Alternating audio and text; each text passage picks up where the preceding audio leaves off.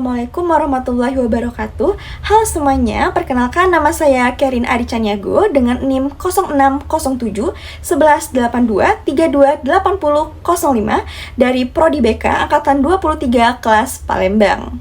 Nah teman-teman, di sini kalian pernah nggak sih merasakan seperti kalau semisal guru kalian itu sedang menjelaskan dan teman kalian sedang memaparkan materi di depan kelas, kalian itu seringkali merasa bosen, jenuh, terus tuh kalian juga sulit fokus dan konsentrasi, ngelamun, sama ngantuk kan yang pasti sering ya.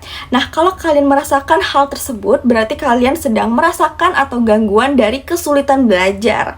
Untuk itu di sini kita bersama-sama akan membahas terkait apa sih kesulitan belajar, kemudian penyebabnya apa aja, dan dampak, serta strategi cara mengatasi dari kesulitan belajar itu agar kita bisa mengatasi cara bersama-sama dan kita bisa tetap semangat dalam belajar. Nah teman-teman, jadi kesulitan belajar itu sendiri adalah suatu kondisi di mana seorang siswa ini tuh mengalami hambatan dalam pemahaman atau penguasaan materi pada saat pembelajaran atau proses pembelajaran berlangsung.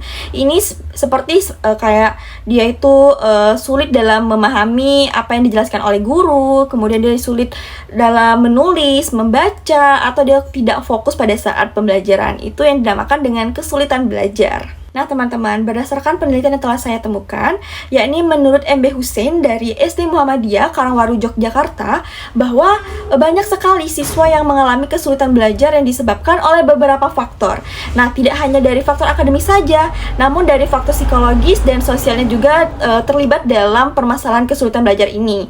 Misalnya seperti kayak si siswa ini merasakan kurang atau rasa percaya dirinya itu menurun, kemudian juga dia kayak kurangnya motivasi dari si diri siswa, dan juga bisa disebabkan oleh kurangnya dukungan dari orang tuanya. Jadi ini bisa menyebabkan permasalahan kesulitan belajar. Nah teman-teman, jadi terkadang tekanan dari lingkungan, kemudian juga seperti kayak dia rasa takut gagal, nah itu membuat dia tuh merasakan cemas secara berlebihan, sehingga itu akan sulit untuk dia konsentrasi dan memahami pembelajaran nantinya.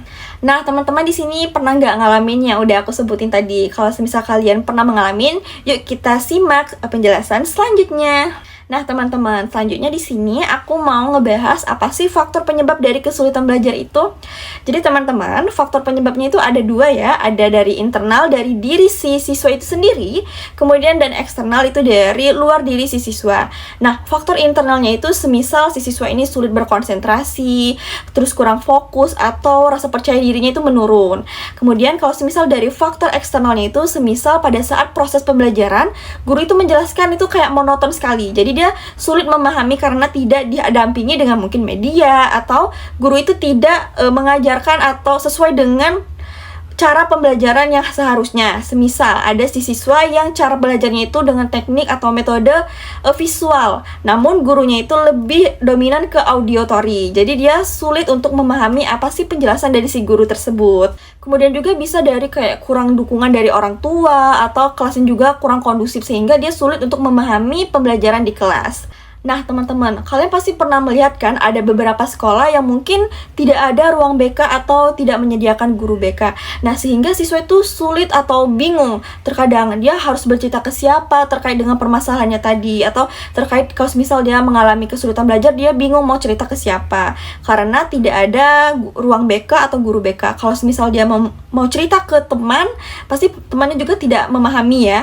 Terus juga kalau misal dia mau cerita ke wali kelas, dia juga takut nanti dijudge, dan kalau misalkan dia cerita sama orang tua pasti dia malu. Jadi kalian pasti pernah mendengarkan kalau semisal di sekolah itu ada yang tidak menyediakan ruang BK. Nah untuk itu nanti kita akan bahas lebih detail lagi ya. Nah teman-teman, dari kesulitan belajar itu kita tuh bisa mengenali ya ciri-cirinya. Semisal dari si siswa itu kayak aktif tapi tiba-tiba jadi pasif, kemudian juga yang siswanya tadi nilainya itu besar, biasanya itu mendapatkan juara, namun sekarang dia prestasinya itu benar-benar menurun atau anjlok.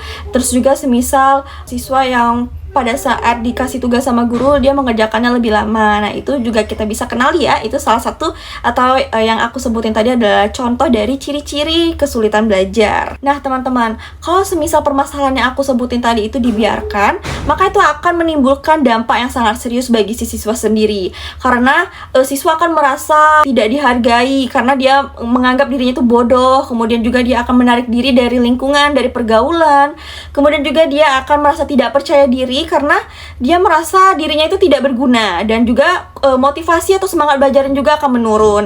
Padahal sebenarnya setiap anak-anak itu punya potensi yang dimilikinya, dan hanya saja selanjutnya itu mungkin cara belajarnya itu berbeda. Jadi semua anak-anak itu pasti mempunyai potensi dan bakat yang berbeda-beda, sehingga kita harus mengasah. Nah, teman-teman mungkin bingung ya cara mengatasi dari permasalahan tadi itu gimana. Jadi cara mengatasinya itu yang pertama itu guru itu harus menyediakan atau membuat media pembelajaran yang interaktif, menarik. Semisal kayak menggunakan media visual, kemudian pembelajaran yang edukatif, dan kegiatan praktik secara langsung agar siswa itu lebih mudah memahami pelajaran yang sedang dijelaskan oleh si guru tersebut.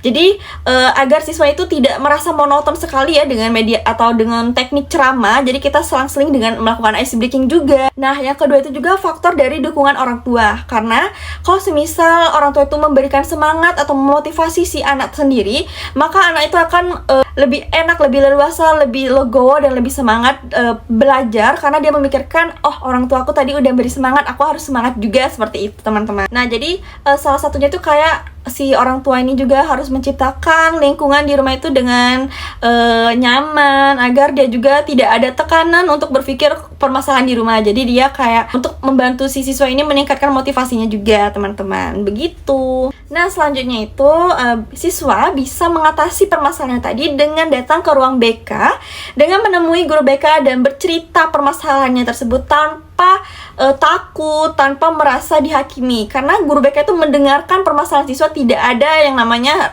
permasalahan itu disebarluaskan, itu tidak ada ya teman-teman. Jadi teman-teman nggak perlu takut. Jadi teman-teman bisa datang ke ruang BK untuk menceritakan, di mana nanti guru BK akan membantu mendengar, kemudian kita bersama-sama itu akan mencari solusi dari permasalahan siswa, yakni gangguan dari kesulitan belajar. Namun teman-teman, seperti yang kita jelaskan sebelumnya tadi ya, ada beberapa sekolah yang mungkin tidak mempunyai ruang BK atau guru BK. Nah, jadi siswa itu bisa masih teman-teman untuk meminta bantuan dari permasalahannya tadi dengan cara menceritakan atau dengan wali kelas, kemudian juga dengan guru agama atau guru yang dipercaya oleh si siswa tersebut.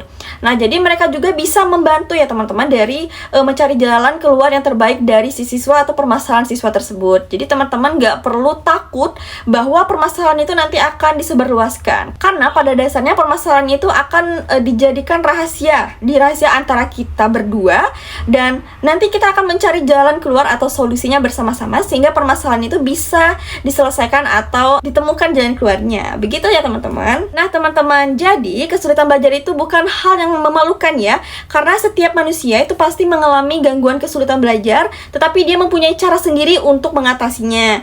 Jadi kalian yang penting itu jangan diam dan jangan menyerah apabila kalian sedang melakukan atau sedang mengalami gangguan kesulitan belajar. Kalau kalian merasa kesulitan, kalian bisa bicarakan dengan guru kalian yang kalian percaya, terus juga bisa bicara dengan konselor atau guru BK, kemudian orang tua. Nah, dengan begitu kalian bisa mendapatkan dukungan yang tepat sehingga permasalahan tadi itu bisa diatasi.